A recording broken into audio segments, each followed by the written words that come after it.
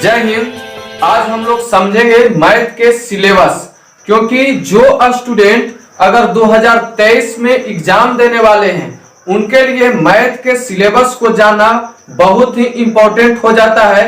क्योंकि अगर मैथ तो पढ़ते हैं और पूरा चैप्टर खत्म हो जाता है, फिर भी स्टूडेंट को जो है मैथ के सिलेबस के बारे में जानकारी नहीं रहती है। क्योंकि वहां पर आप जब रिवीजन करने वक्त आते हैं तो आपको ये नहीं पता चलता है कि हमें किस टॉपिक से, किस चैप्टर से जो है कितने मार्क्स के पूछे जाएंगे। इसलिए सबसे पहले जो है अच्छे से जानकारी रखना है। तो मैथ के सिलेबस पर जो है आपको बहुत ही अच्छे से जानकारी रखना जरूरी है। क्योंकि अगर मैथ के सिलेबस नहीं जानते हैं तब आपकी जो है तैयारी, मेहनत तो खूब करेंगे, लेकिन आपका जो नंबर स्कोर होना चाहिए वो पूरा में पूरा नहीं हो पाता है।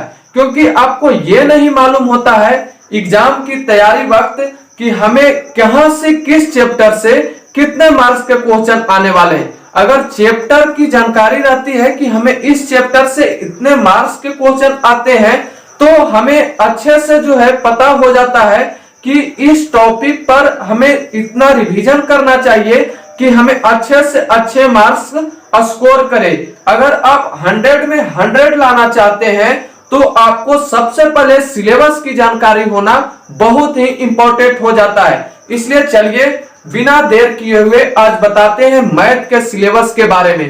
तो यहाँ देखिए हमने लिखा है कि मैथ का सिलेबस है क्लास 10 का। तो सबसे पहले जो है इसमें जानिए कि यूनिट्स की संख्या जो होती है 7 होती है। यूनिट्स की संख्या कितनी होती है? 7 होती है। आपको बुक में यूनिट्स पढ़ना है 7। उसमें जो है आपका चैप्टर बांटा हुआ है 15 चैप्टर्स। चैप्टर्स की संख्या आपका कितना दिया है? 15 चैप्टर्स।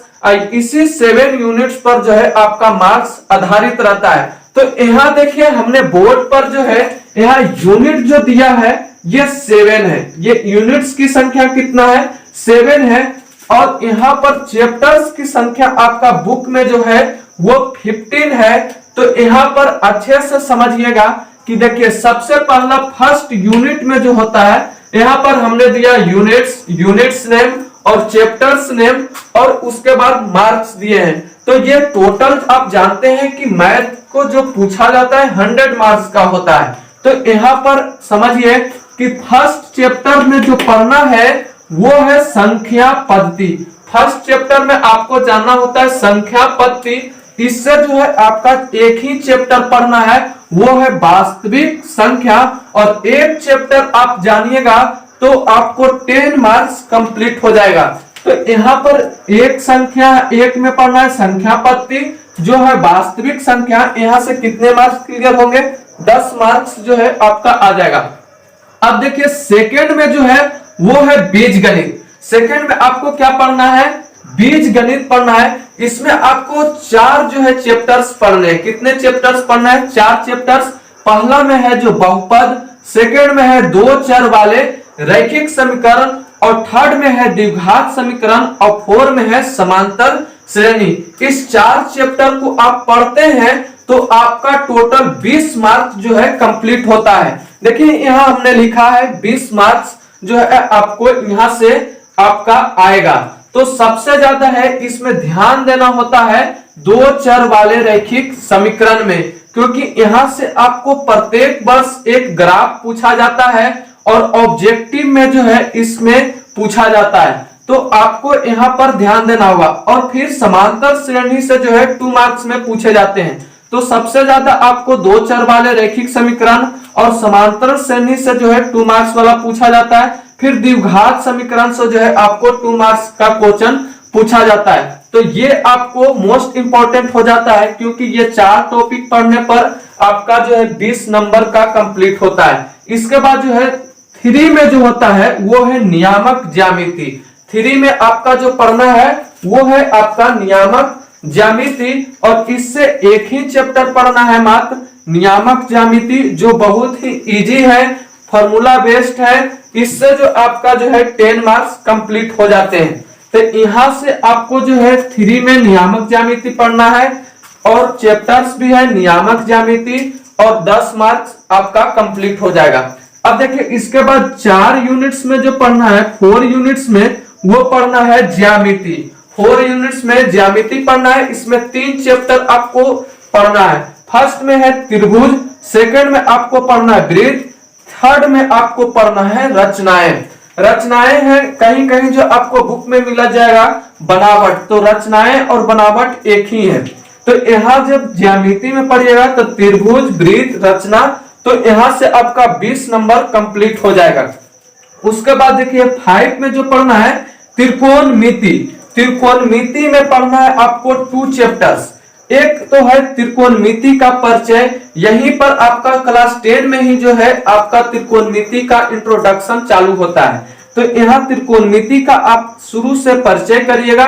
सेकंड में आपको पढ़ना है त्रिकोणमिति का कुछ अनुप्रयोग। त्रिकोणमिति का कुछ अनुप्रयोग यानी इसमें हाइट एंड डिस्टेंस होता है। तो यहाँ ये दोनों चैप्टर पढ़िएगा तो आपका 20 नंबर कंप्लीट हो जाता है।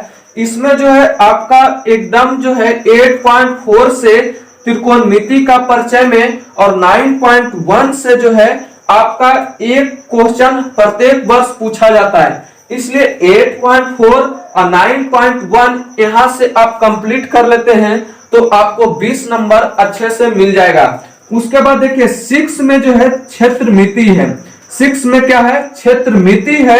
6 में क्षेत्रमिति में दो चैप्टर पढ़ना है। एक है वृत्त से संबंधित क्षेत्रफल, एक है वृत्तों से संबंधित क्षेत्रफल और दूसरा में पढ़ना है पृष्ठीय क्षेत्रफल एवं आयतन। 2 में पढ़ना है क्या? पृष्ठीय क्षेत्रफल एवं आयतन। यहाँ अगर 2 चैप्टर्स पढ़ते हैं तो आपका 10 नंबर का यहाँ से कंप्लीट हो जाता है। इसमें जो है सबसे ज्यादा जो होता है कि आपका फार्मूला बेस्ड होता है क्वेश्चन, और इसमें कभी कभी जो है आपका 5 मार्क्स में क्षेत्रफल या आयतन पूछता है निकालने के लिए, अन्यथा इसमें ज्यादा फार्मूला और 2 नंबर्स में पूछा जाता है। फिर देखिए इसमें है 7 में सांख्यिकी एवं प्रायिकता। सांख्यिकी एवं प्रायिकता, सांख्यिकी एवं प्रायिकता में भी 2 चैप्टर है। एक सांख्यिकी अलग है और प्रायिकता अलग है। तो ये हो गया सांख्यिकी और दूसरा हो गया प्रायिकता। अगर ये 2 चैप्टर पढ़ते हैं तो आपका 10 नंबर का कंप्लीट हो जाता है। तो अगर यहाँ पर आपको सिलेबस अगर मालूम रहता है तो आपको जो है पढ़ने में बहुत ही इजी हो जाता है, क्योंकि बिना सिलेबस की जानकारी रखे हुए अगर आप पढ़ते हैं तो आपको किस चैप्टर पर रिवीजन करना होता है, बार बार किस क्वेश्चन को आपको बनाना चाहिए ये मालूम नहीं चलता है, और आप जो है अपने आप में बोरिंग फीलिंग करने लगते हैं कि मैथ एक हार्ड विषय है। मैथ हार्ड नहीं है, मैथ की जानकारी अच्छी नहीं होने के कारण आपको हार्ड लगता है। इसलिए सबसे पहले जो है कोई भी चैप्टर पढ़ें या कोई भी बुक पढ़ें तो सबसे पहले उसके बारे में सिलेबस जानकारी रखिए, क्योंकि आपको सिलेबस नहीं पता रहता है तब आपको किस दिशा में मेहनत करना चाहिए ये नहीं मालूम होता है। क्योंकि मेरे प्यारे दोस्तों समझिए, मेहनत तो सभी करते हैं, एक दीमक भी जो है मेहनत में दिन रात अपना काम करते रहते हैं। दीमक समझते होंगे जो लकड़ी में लग जाता है, तो दीमक भी देखते हैं कि दीमक लकड़ी को खाने में वो दिन रात मेहनत करते हैं, लेकिन उनकी जो सक्सेस होनी चाहिए वो उस लकड़ी को खोखला कर देता है, एकदम खाली कर देगा। तो देखते हैं कि स्टूडेंट भी 2 टाइप के होते हैं, मेहनत दोनों करते हैं। एक तो है कि मेहनत करेंगे लेकिन उनको सिलेबस नहीं मालूम होता है कि हमें किस क्षेत्र में करना चाहिए, तो मेहनत तो दिन रात कर रहे हैं लेकिन उनका नंबर स्कोर एग्जाम में नहीं हो पाता है। इसलिए सिलेबस को अगर ध्यान में रखते हैं तो कहां मेहनत करना चाहिए, किस पर ज्यादा फोकस करना चाहिए, अगर ये आता है तो आप कम पढ़कर आप ज्यादा मार्क्स लेके आ सकते हैं। इसलिए जो डायरेक्शन होना चाहिए पढ़ाई का वो सही डायरेक्शन अगर हो तो आपका मैथ जो है 100 में 100 मार्क्स आपको कंफर्म ही आएगा। इसलिए सबसे पहले जो है मैथ का सिलेबस आपका जानना बहुत जरूरी है। अगर मैथ का सिलेबस नहीं जानते हैं तो आपको मेहनत करने में मन नहीं लगेगा और आप हताश हो जाएंगे और आपका जो कंटिन्यूटी प्रतिदिन का है वो खत्म हो जाएगा और अच्छे से आपका मार्क्स मैथ में स्कोर नहीं हो पाएगा। इसलिए सबसे पहले इस सिलेबस को जानिए। और अगर आपका कहीं भी कोचिंग कर रहे हैं, तो अगर आपका चैप्टर पूरा खत्म हो जाता है तो आपको सिलेबस आपको अगर पता रहता है कि किस चैप्टर से कितने मार्क्स का क्वेश्चन पूछा जाता है, तो आपको पता हो जाएगा कि हमें इस चैप्टर पर ज्यादा फोकस करना चाहिए, हमें बार बार रिवीजन करना चाहिए कि आपको जो है यहां से 100 में 100 मार्क्स आ जाए।